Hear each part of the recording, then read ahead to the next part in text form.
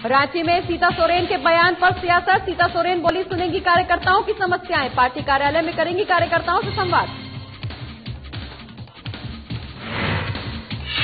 दिल्ली दौरे पर मुख्यमंत्री हेमंत सोरेन, राज्य के विकास को लेकर मुख्यमंत्री चिंतित, केंद्रीय मंत्रियों से कर रहे हैं मुलाकात। कृषि कानून को लेकर किसानों का आंदोलन जारी, किसान संगठन और सरकार के बीच 10वें दौर की हुई बातचीत। 10वें दौर की बातचीत में सरकार ने दिया किसानों को प्रस्ताव। पटना में शिक्षक बहाली के खिलाफ अभ्यर्थियों का हल्ला बोल, प्रदर्शन में शामिल हुए आरजेडी नेता तेजस्वी यादव, सरकार से की बहाली की मांग।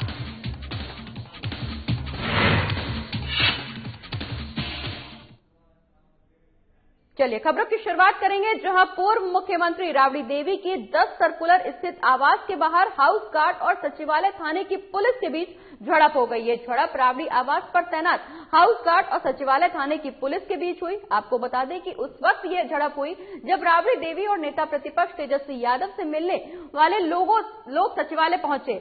आपको बता दें कि पुलिस ने सर्कुलर रोड से उन्हें हटाना शुरू किया। दरअसल आज आरजेडी के नेताओं की अहम बैठक राबड़ी देवी के सरकारी आवास पर बुलाई गई है। वहीं बैठक में शामिल होने के लिए बड़ी तादाद में आरजेडी के नेता और कार्यकर्ता 10 सर्कुलर पहुंच रहे हैं, लेकिन सर्कुलर रोड पर गश्ती कर रही सचिवालय थाने की पुलिस ने आरजेडी नेताओं और कार्यकर्ताओं को वहां से हटाना चाहा, जिसके बाद पूर्व मुख्यमंत्री के हाउस गार्ड ने आपत्ति जताई और यहीं से बात बिगड़ती हुई शुरू हो गई और विवाद बढ़ गया। कल का जो घटना है, जिस तरह से रोकने का कार्रवाई इन लोगों ने किया है, तो निश्चित रूप से गलत है। क्योंकि जब नेता प्रतिपक्ष हैं तो इनके बाद इनसे मिलने के लिए बिहार के जितने भी पीड़ित लोग हैं, फरियादी हैं, वो आएंगे और सरकार के जो गलत नीति है, गलत कार्यक्रम है, गलत काम है, उसके बारे में इनको बताने के लिए आएंगे। इसके लिए यदि कोई पुलिसकर्मी इनसे मिलने के लिए रोकता है तो दैट इज वेरी रॉन्ग। इसकी जितनी भी निंदा की जाए कम है और हम समझते हैं यहाँ के पुलिस महानिदेशक को अविलंब संज्ञान लेना चाहिए। ऐसे पुलिसकर्मी पर अविलंब कार्रवाई अभी भी नहीं, आप बहुत ज्यादा मत बोलिए।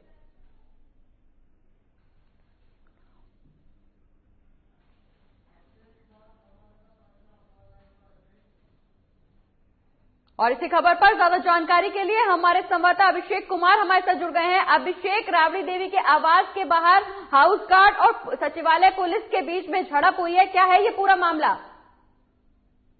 जी नीलू, जी देखिए, मैं बता दूं कि आज 10 सर्कुलर राबड़ी आवास पे आज विधायक दल की बैठक चल रही थी और बैठक को लेके जो राजद के जितने कार्यकर्ता हैं उनकी भीड़ इकट्ठा हो गई थी। तो ये जो एरिया है 10 सर्कुलर रोड का, इसमें किसी भी तरह का भीड़ जो है नहीं होना है। इसको लेके जो सचिवालय थाना है उस भीड़ को रोकने के लिए आई कि यहाँ पे भीड़ इकट्ठा नहीं होना है। जो भी प्रदर्शन या जो भी भीड़ से संबंधित काम करना है उसके लिए अलग अलग इलाका बनाया गया है। उसी को लेके सचिवालय पुलिस के जो थी भीड़ को नियंत्रण करने के लिए यहाँ पे आदेश देने लगी। उसी दौरान जो यहाँ पे सुरक्षा गार्ड जो तैनात थे राबड़ी आवास पे, उनके बीच और सचिवालय थाने के बीच तू मैं होने लगी और बात बिगड़नी शुरू हो गई। यहाँ तक कि नौबत आ गई कि दोनों तरफ से हाथ उठाने की भी नौबत आ गई, लेकिन बाद में समझाने और बुझाने के बाद दोनों पक्ष जो है दोनों तरफ से शांत हुए। आप देखेंगे कि लगातार तेजस्वी यादव के आवास के बाहर जितने भी नियोजित शिक्षक हैं कल से ही पहुंच रहे हैं। इसको लेके राबड़ी आवास के बाहर काफी भीड़ इकट्ठा हो जा रही है और ये जो इलाका है काफी संवेदनशील इलाका है। यही कुछ दूर पे मुख्यमंत्री नीतीश कुमार का भी आवास है और तमाम वीआईपी के आवास हैं। तो सुरक्षा लिहाज से अगर देखें तो इन इलाकों में भीड़ अधिक नहीं होनी है। इसी को लेकर सचिवालय पुलिस जो है इस भीड़ को शांत करने के लिए कि यहाँ भीड़ इकट्ठा ना हो, समझाने के लिए लोगों के पास आई और उसी दौरान जो सचिवालय पुलिस और राबड़ी देवी आवास के पास में जो गार्ड हैं उनके बीच में झड़प हो गई। जी बिल्कुल अभिषेक, इस दौरान बात ये भी सामने आई है कि राबड़ी आवास पर बैठक बुलाई गई थी, जिस बैठक में शामिल होने के लिए तमाम नेता और कार्यकर्ता पहुंच रहे थे। जिस दौरान पुलिस ने उनको हटाने की कोशिश की तब ये झड़प हुई। किस मुद्दे को लेकर बैठक चल रही थी राबड़ी आवास में? जी आज मैं बता दूं कि आज राबड़ी आवास पे विधायक दल की बैठक होनी है, बैठक चल रही है और इसको लेके जितने भी राजद के विधायक हैं, कार्यकर्ता हैं, सब इकट्ठा हुए हैं राबड़ी आवास पे। और अगर कल की बात करें तो कल जितने भी नियोजित शिक्षक हैं वो तेजस्वी के आवास पे आए थे और यहीं से धरना प्रदर्शन शुरू किया था। और फिर जो धरना है पटना के इको पार्क में शुरू हुआ, उसको लेके जो पुलिस है काफी सचेत थी और पुलिस भीड़ को देखते हुए पुलिस को लगा कि कोई प्रदर्शन करने वाले तेजस्वी से मिलने के लिए आए हैं। उन्हें नहीं पता था कि ये बैठक विधायक दल की चल रही है। इसी दौरान जो है सुरक्षा कर्मी जो राबड़ी आवास के हैं और सचिवालय थाना के पुलिस दोनों के बीच में भिड़ंत हो गई। बाद में दोनों तरफ से मामले को शांत कराया गया और तब जाके सचिवालय पुलिस है वो थाने लौट गई। अभी फिलहाल बैठक चल रही है। बैठक के दौरान अंदर जितने भी राजद के विधायक हैं, कार्यकर्ता हैं, सब शामिल हुए हैं। ऐसा अनुमान लगाया जा रहा है इस बैठक में मुख्य रूप से किसान कृषि बिल को लेकर जो राजद का स्टैंड है उस पर बात होगी। साथ ही आगामी 19 फरवरी से बजट सत्र शुरू होने वाला है, उस पर लेकर भी चर्चा होगी कि आखिर बजट सत्र में राजद किन मुद्दों पे सरकार को घेरेगी। जी बिल्कुल अभिषेक, तो क्या कुछ रणनीति रहेगी बजट सत्र को लेकर आरजेडी की? जी बिल्कुल, आप देखेंगे कि लगातार जो 3 किसान बिल है उसको लेके बजट सत्र में भी विरोध का सामना करना पड़ेगा नीतीश सरकार को। साथ ही नियोजित शिक्षकों का मामला है। लगातार नियोजित शिक्षक जो हैं, जो टेट के अभ्यर्थी हैं, वो लगातार पटना में हंगामा कर रहे हैं और लगातार तेजस्वी यादव के आवास पे मिलने पहुंच रहे हैं। कल खुद तेजस्वी यादव उन नियोजित शिक्षकों के साथ धरना में शामिल हुए, प्रदर्शन में शामिल हुए, तो उनका भी मुद्दा उठाया जाएगा तेजस्वी राजद की ओर से।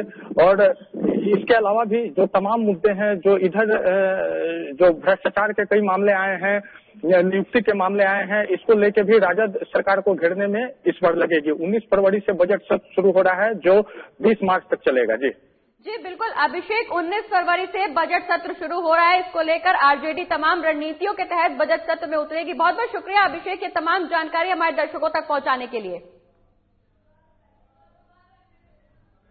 तो नेता और कार्यकर्ताओं को पुलिस ने हटाया है। आपको बता दें कि पूर्व मुख्यमंत्री राबड़ी देवी के 10 सर्कुलर स्थित आवास पर बैठक चल रही थी, जिस दौरान तमाम नेता और कार्यकर्ता वहां पहुंच रहे थे। वहीं सचिवालय पुलिस ने इस दौरान नेताओं और कार्यकर्ताओं को हटाना चाहा, जिसके बाद सचिवालय राबड़ी आवास के बाहर खड़े हुए हाउस गार्ड और सचिवालय पुलिस के बीच तीखी नोकझोंक देखने को मिली। बढ़ते आगे, जो हम मुख्यमंत्री हेमंत सोरेन लंबे समय के बाद दिल्ली दौरे पर हैं। इस दौरान उन्होंने अपने गठबंधन सहयोगी कांग्रेस के राष्ट्रीय अध्यक्ष सोनिया गांधी और पूर्व अध्यक्ष राहुल गांधी से मुलाकात की। उसके बाद लगातार केंद्रीय मंत्रियों से भी मुलाकात कर रहे हैं, जिससे राज्य को केंद्र का सहयोग मिल सके। आपको बता दें कि राज्य का काफी बकाया केंद्र के पास है, लिहाजा मुख्यमंत्री राज्य के विकास को लेकर चिंतित हैं। वहीं मुख्यमंत्री हेमंत सोरेन के दिल्ली दौरे के क्या मायने हैं, देखिए इस रिपोर्ट में। मुख्यमंत्री हेमंत सोरेन लंबे अंतराल के बाद दिल्ली दौरे पर हैं। इस दौरान उन्होंने अपने गठबंधन सहयोगी कांग्रेस के राष्ट्रीय अध्यक्ष सोनिया गांधी और कांग्रेस के पूर्व अध्यक्ष राहुल गांधी से मुलाकात की। मुलाकात के दौरान उन्होंने 1 साल के कार्यकाल और राज्य के विकास के लिए आगामी रणनीति को लेकर चर्चा की। सरकार गठन के 1 वर्ष पूरे हो चुके थे और जब हम महागठबंधन में सरकार चला रहे हैं तो माननीय मुख्यमंत्री जी हमारे केंद्रीय नेतृत्व से मिलने के लिए शिष्टाचार वर्ष दिल्ली गए हैं और विगत वर्ष सरकार के स्तर पर जनता के हित में जो भी निर्णय लिए गए या जो कार्य हुए उनको बताना उन्होंने उचित समझा और आगे आने वाले दिनों में जो 4 वर्षों के जो रोड मैप है उसको लेकर के भी चर्चा हुई। राज्य के विकास को लेकर मुख्यमंत्री हेमंत सोरेन काफी चिंतित है। यही वजह है कि उन्होंने कई केंद्रीय मंत्रियों से भी मुलाकात की है। सोरेन ने केंद्रीय गृह मंत्री अमित शाह और खनन मंत्री प्रहलाद जोशी से मुलाकात की है। मुख्यमंत्री हेमंत सोरेन इस दौरान केंद्र से सहयोग की अपेक्षा की है। गृह मंत्री अमित शाह ने राज्य को सहयोग करने की बात कही है। वहीं मुख्यमंत्री राज्य में राष्ट्रीय राजमार्ग को लेकर कैबिनेट मंत्री नितिन गडकरी से भी मुलाकात की है। झारखंड में राष्ट्रीय राजमार्ग को लेकर के कई प्रोजेक्ट वर्तमान में केंद्र से लंबित हैं, उन पर चर्चाएं हुई हैं। बहरहाल लेकर मुख्यमंत्री केंद्र से राज्य सरकार को सहायता देने के लिए लगातार मांग कर रही है।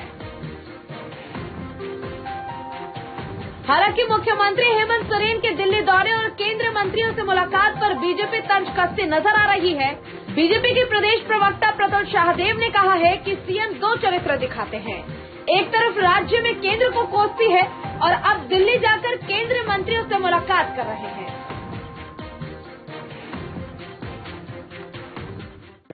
देखिए, हमें नहीं पता मुख्यमंत्री जी ड्यूअल पर्सनालिटी क्यों दिखाते हैं। ये राज्य के लिए उचित नहीं है। राज्य के हित में उन्हें केंद्र से बेहतर संबंध स्थापित करके आगे कार्य करना चाहिए। यहाँ वो जमकर केंद्र को कोसते हैं और वहां जाके इन्हीं केंद्रीय मंत्रियों से मिलते हैं और दिल्ली दरबार की इन्होंने हाजिरी लगाई। तो पिछले वर्ष भी जब इनको कैबिनेट एक्सपैंड करना था तो इन्होंने 7 बार दिल्ली दरबार की हाजिरी लगाई थी जनवरी महीने में। इस बार भी शायद बोर्ड निगम के बंटवारे की बात हो रही है, तो वो दिल्ली दरबार में सोनिया राहुल के यहाँ हो आए। लेकिन हमारा ये कहना है कि अगर उन्हें केंद्र से ज्यादा मदद लेनी है, झारखंड को ज्यादा से ज्यादा तरक्की अगर के रास्ते पे ले जाना है, तो उन्हें बेहतर समन्वय स्थापित करना चाहिए। हर बात के लिए केंद्र को कोसना नहीं चाहिए। इधर बीजेपी के तंज पर जेएमएम केंद्रीय महासचिव विनोद पांडे ने कहा है कि मुख्यमंत्री राज्य के विकास को लेकर चिंतित है और यही वजह है कि वो दिल्ली जाकर के तमाम मंत्रियों से मुलाकात कर रहे हैं ताकि केंद्र सरकार से राज्य को ज्यादा से ज्यादा सहयोग मिल सके। पर बीजेपी को हर मुद्दे पर राजनीति ही नजर आती है और ये दुर्भाग्यपूर्ण है।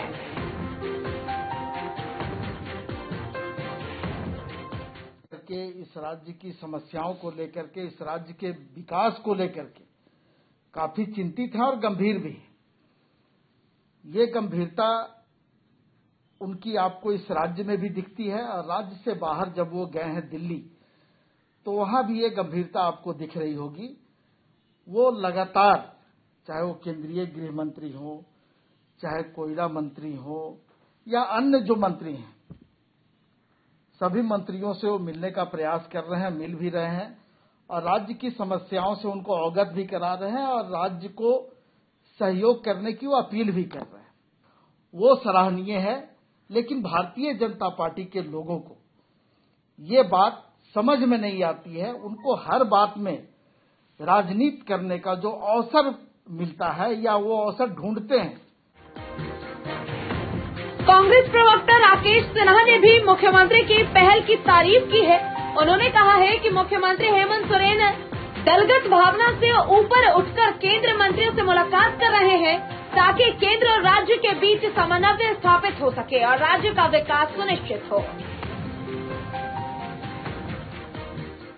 माननीय मुख्यमंत्री हेमंत सोरेन जी कर रहे हैं और दिल्ली जाकर के केंद्रीय मंत्रियों से उन्होंने मुलाकात कर राज्य के विकास के लिए जो रोड मैप होना है, राज्य के विकास का संसाधन उपलब्ध कराने के लिए केंद्रीय मंत्रियों से हम लगातार बिना कोई द्वेष के, बिना किसी राजनीतिक दलगत भावना से ऊपर उठ करके प्रयास कर रहे हैं कि राज्य का जो अंतिम व्यक्ति है उस तक हम विकास के किरण को पहुंचाने में अपनी संवेदनशीलता को प्रदर्शित करें।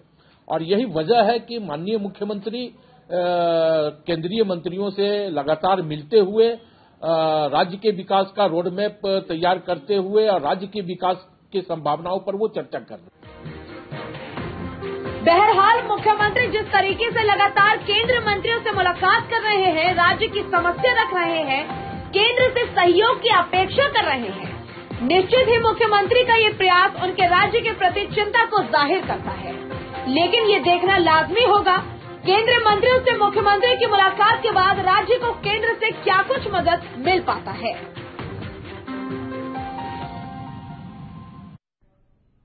और इसी के साथ खबरों का सिलसिला लगातार आगे भी जारी रहेगा, लेकिन फिलहाल वक्त एक छोटे से ब्रेक का, जल्द लौट रहे हैं।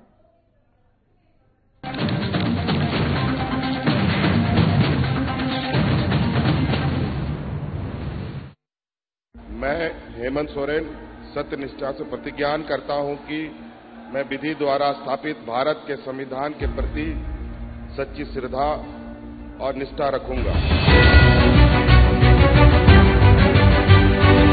शपथ ग्रहण के कुछ घंटे बाद ही मंत्रिपरिषद की बैठक और जिस पत्थलगड़ी ने राज्य को अशांत कर रखा था उसका समाधान हुआ। हजारों ग्रामीणों पर दर्ज प्राथमिकी वापस लेने का आदेश जारी।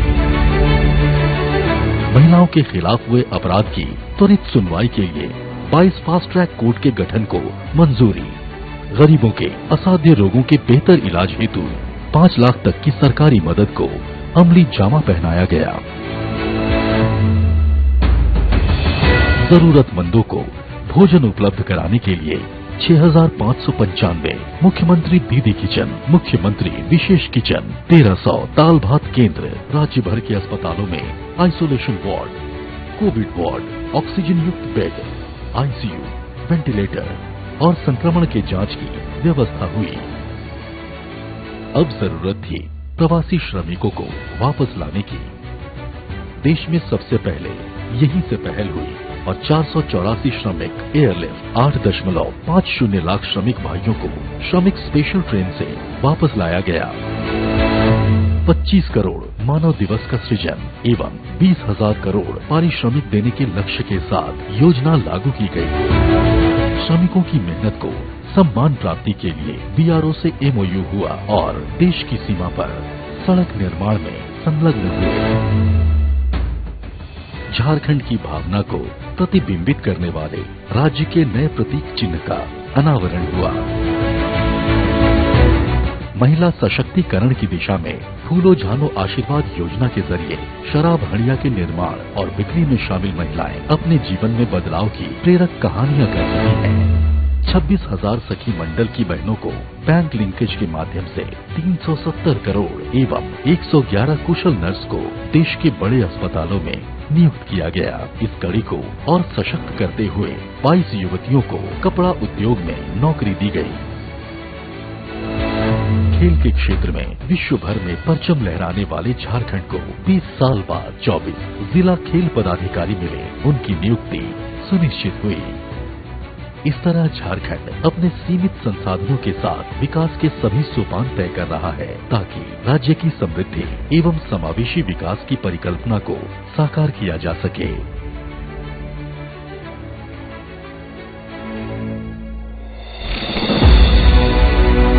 आइए साथ चलें, नए झारखंड की राह चलें। बिहार झारखंड के साथ देश दुनिया की हर बड़ी खबर देखिए फटाफट अंदाज में शाम 7:30 बजे। खबरें सुपरफास्ट सिर्फ साधना प्लस पर।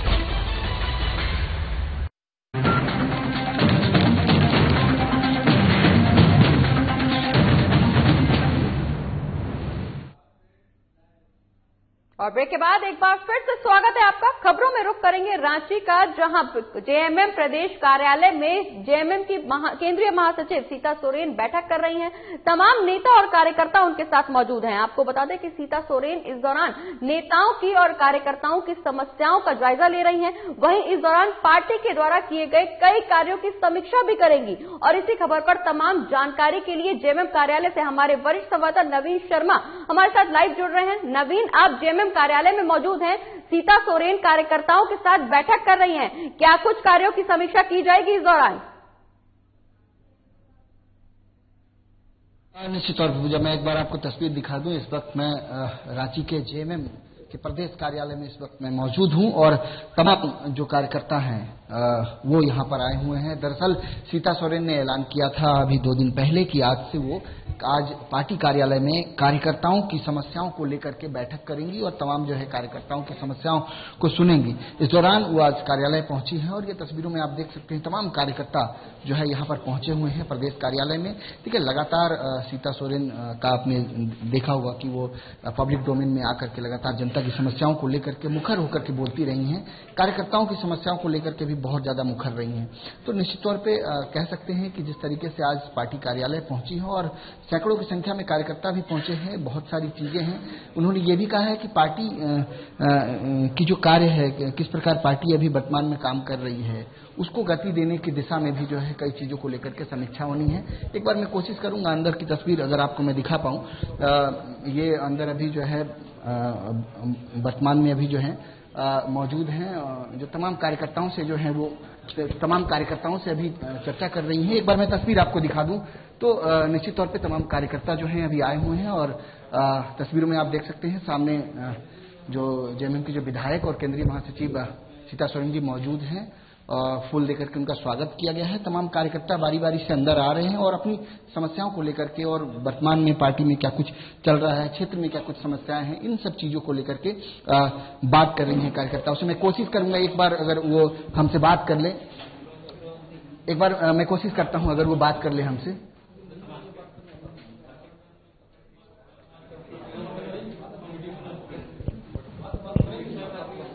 हम जब मना कर रहे हैं कि अभी नहीं देंगे तो आप क्यों बीच में काम कर रहे हैं?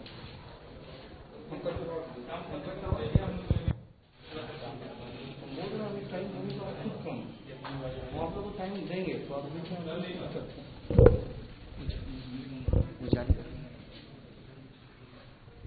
वीडियो तुम जारी रखना वहां से बाहर का। तो जेएमएम प्रदेश कार्यालय में पार्टी की केंद्रीय महासचिव और विधायक सीता सोरेन लगातार कार्यकर्ताओं के साथ बैठक कर रही हैं। हम आपको तस्वीर भी दिखा रहे हैं जहां सीता सोरेन कार्यालय में मौजूद हैं, तमाम कार्यकर्ता उनके साथ मौजूद हैं, बैठक कर रही हैं, कार्यकर्ताओं की तमाम समस्याओं का सुन रही हैं। वहीं जल्द से जल्द सीता सोरेन के द्वारा इन तमाम समस्याओं के निस्तारण को लेकर भी प्रयास किए जाएंगे। हालांकि लगातार सीता सोरेन जनता की समस्याओं से रूबरू हुई हैं, जनता की समस्याओं को निस्तारण की बात वो लगातार कहती हुई नजर आई हैं। वहीं अब जेएमएम प्रदेश कार्यालय में पार्टी की केंद्रीय महासचिव और विधायक सीता सोरेन कार्यकर्ताओं के साथ बैठक कर रही हैं, जहां वो कार्यकर्ताओं की समस्याओं को सुन रही हैं। आपको बता दें कि इन तमाम समस्याओं को लेकर आज सीता सोरेन कार्यकर्ताओं के साथ चर्चा करेंगी। वहीं पार्टी के कार्य को लेकर भी कई चीजों की समीक्षा करेंगी। तो हमारे संवाददाता लगातार वहां मौजूद हैं, हम आपको तस्वीरों के माध्यम से दिखा रहे हैं। तमाम कार्यकर्ता वहां पहुंचे हुए हैं प्रदेश कार्यालय में, जहां जेएमएम की महासचिव, केंद्रीय महासचिव और विधायक सीता सोरेन वहां मौजूद हैं और विधायकों के साथ तमाम मुद्दों को लेकर चर्चा कर रही हैं। बहुत बहुत शुक्रिया नवीन, आप वहां पे मौजूद हैं।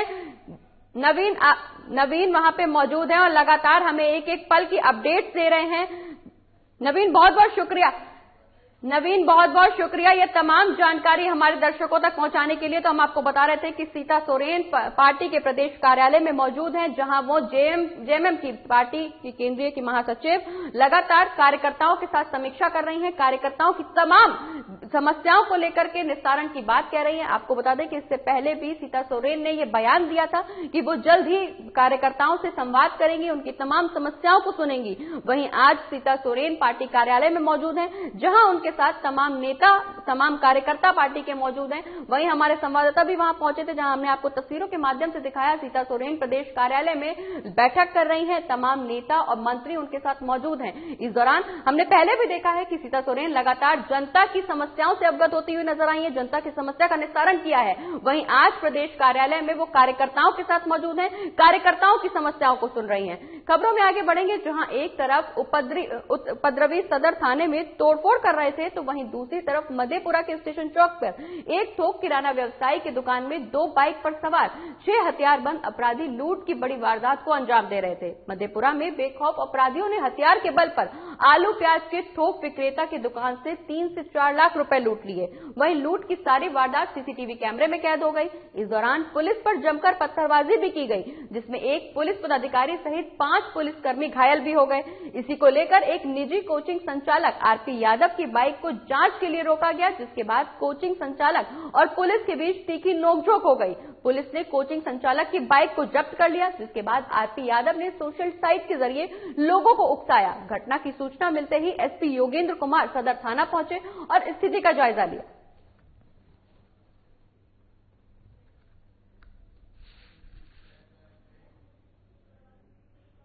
और अगली खबर बोकारो से है, जहां बेरमो में एक अज्ञात शव मिलने से सनसनी फैल गई। वहीं घटना की सूचना के बाद इलाके में हड़कंप मच गया। मौके पर पहुंची पुलिस ने बोरे में लिपटा हुआ शव को कब्जे में लेकर पोस्टमार्टम के लिए भेज दिया। फिलहाल पुलिस शव की पहचान में जुटी हुई है। 9 बजे सुबह में सूचना मिली कि एक अज्ञात शव करगली गेट बेरमो सिम रोड के दक्षिण में रेलवे पटरी के नजदीक में खाड़ी के नजदीक एक बोरा में बंद करके एक शव पाया गया। घटनास्थल में पुलिस पहुंची, वहां पर देखा गया तो उसके सर में गहरा जख्म था। इसकी जांच की जा रही है। शव को पोस्टमार्टम में। और अब बात लातेहार की करेंगे, जहां बेतला नेशनल पार्क में कर्नाटक के मसूर से लाए गए हाथी काल भैरव की मौत हो गई। वहीं सूचना के बाद वन विभाग प्रशासन हड़कंप मच गया। सूचना के बाद उपायुक्त अबू इमरान ने मामले का संज्ञान लिया और जल्द ही परियोजना कोर एरिया के उप निदेशक को लेटर लिखकर जवाब मांगा है।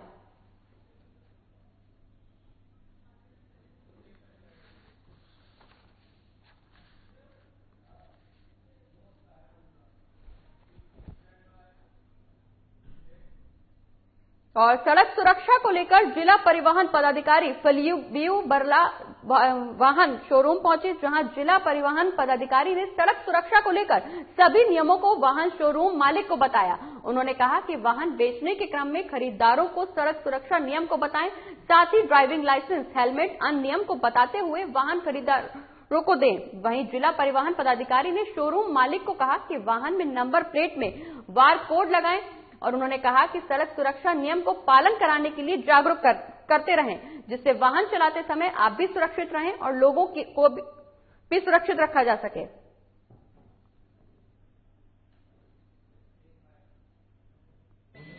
ये जो भी वाहन का निबंधन हो रहा है, पहले तो साधारण नंबर प्लेट रजिस्ट्रेशन प्लेट होता था, अब जो है कि सेंट्रल गवर्नमेंट का नोटिफिकेशन के आधार पर अब जो भी नई गाड़ी आ रही है उसमें हाई सिक्योरिटी रजिस्ट्रेशन प्लेट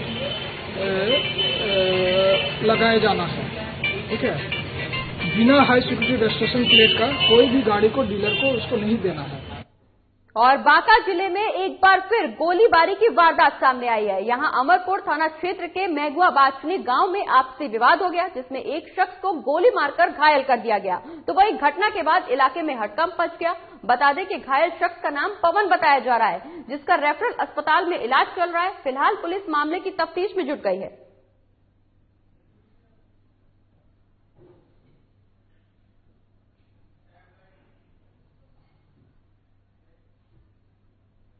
और अगली खबर समस्तीपुर से है, जहां बेखौफ अपराधियों का तांडव लगातार जारी है। यहां मालपुर पुरवारी पट्टी पंचायत के वार्ड सदस्य कैलाश शाह को अपराधियों ने गोली मार दी। वहीं घटना के बाद इलाके में हड़कंप मच गया।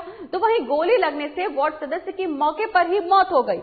मौके पर पहुंची पुलिस ने शव को पोस्टमार्टम के लिए भेज दिया है। आपको बता दें कि इससे पहले उजियारपुर दवा व्यवसायी को गोली मार दी गई थी। वहीं गोलीकांड को अभी 24 घंटे भी पूरे नहीं हुए, जिसके बाद एक बार फिर अपराधियों ने दूसरी वारदात को अंजाम दिया है।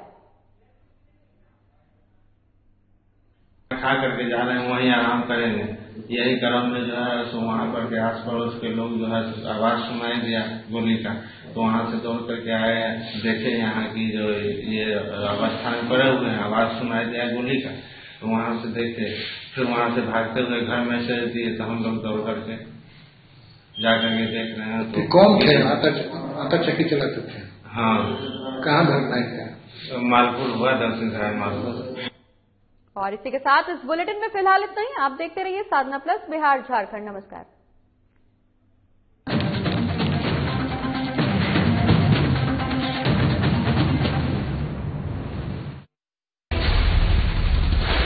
बिहार झारखंड के साथ देश दुनिया की हर बड़ी खबर